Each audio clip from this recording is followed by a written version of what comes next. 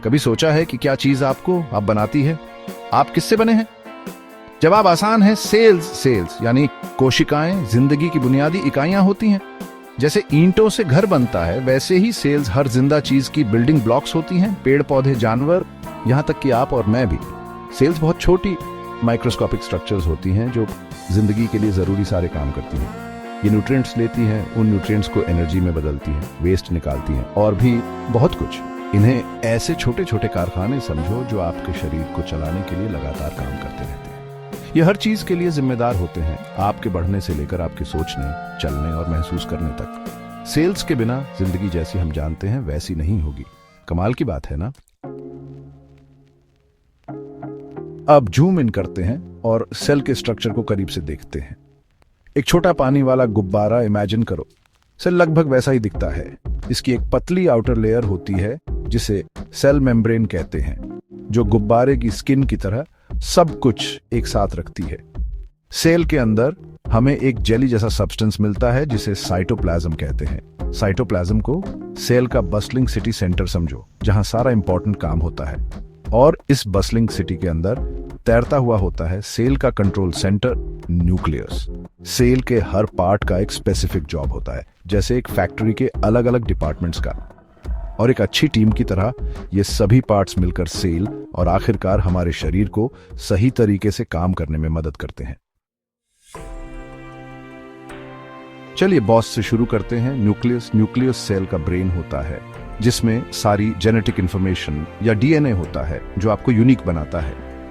DNA एक blueprint या instruction manual की तरह होता है जो आपके बालों का रंग, आंखों का रंग, हाइट और भी बहुत कुछ डिसाइड करता है। न्यूक्लियस इस इंपॉर्टेंट इंफॉर्मेशन को स्टोर करने और प्रोटेक्ट करने के लिए रिस्पॉन्सिबल होता है। यह सेल की सभी एक्टिविटीज को कंट्रोल करता है, जैसे एक कंडक्टर ऑर्केस्ट्रा को लीड करता है। न्यूक्लियस यह सुनिश्चित करता है कि सेल स्मूथली और एफिशिएंटली काम करे। न्यूक्लियस के बिना सेल को पता ही नहीं चलेगा कि क्या करना है या कैसे करना है। यह पर्दे के पीछे का मास्टरमाइंड है, जो यह सुनिश्चित करता है कि आपके सेल्स के पास आपको जीवित और हेल्थी रखने के लिए सभी इंस्ट्रक्शंस हों। सेक्शन 4, द बिजी साइटोप्लाज्म और उसके वर्कर्स। अब चलते हैं बस्टलिंग साइटोप्लाज्म की तरफ। सिटी सेंटर वाला एनालॉजी याद है? साइटोप्लाज्म वो जगह है जहां सारा एक्शन होता है। ये एक्टिविटी का एक हाइव है जो छोटे छोटे स्ट्रक्चर से भरा होता है, जिन्हें ऑर्गेनेल्स कहते हैं, जो सिटी के वर्कर्स की तरह होते हैं। हर ऑर्गेनेल का एक स्पेसिफिक जॉब होता है।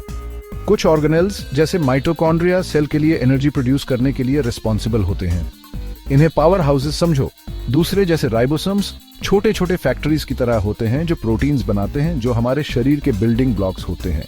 साइटोप्लाज्म कांस्टेंट मोशन में रहता है, न्यूट्रिएंट्स ट्रांसपोर्ट होते रहते हैं, वेस्ट रिमूव होता रहता है और अनगिनत केमिकल रिएक्शंस होते रहते हैं। ये एक वेल ऑयल्ड मशीन है जो ये सुनिश्चित करता है कि सेल के पास सर्वाइव और थ्राइव करने के लिए सभी रिसोर्सेज हों। सेक्शन 5, सेल्स शरीर के अल्टीमेट टीम प्लेयर्स।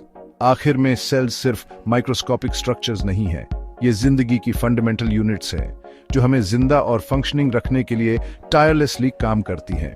न्यूक्लियस जो कंट्रोल सेंटर है से लेकर साइटोप्लाज्म जो बस्टलिंग सिटी है तक, सेल का हर पार्ट एक क्रूशियल रोल प्ले करता है। जैसे एक टीम एक कॉमन गोल के लिए मिलकर काम करती है, वैसे ही सेल्स कोऑपरेट और कम्युनिकेट करके टिश्यूज, ऑर्गन्स और आखिरकार एक पूरा ऑर्गेनिज्म बनाती है। यानी आप सेल्स को समझना जिंदगी की कॉम्प्लेक्सिटीज को समझने के लिए बहुत जरूरी है। तो अगली बार जब आप शीशे में देखें तो उन ट्रिलियंस ऑफ टाइनी हीरोज को याद रखना जो आप बनाने के लिए पर्दे के पीछे काम कर रहे हैं।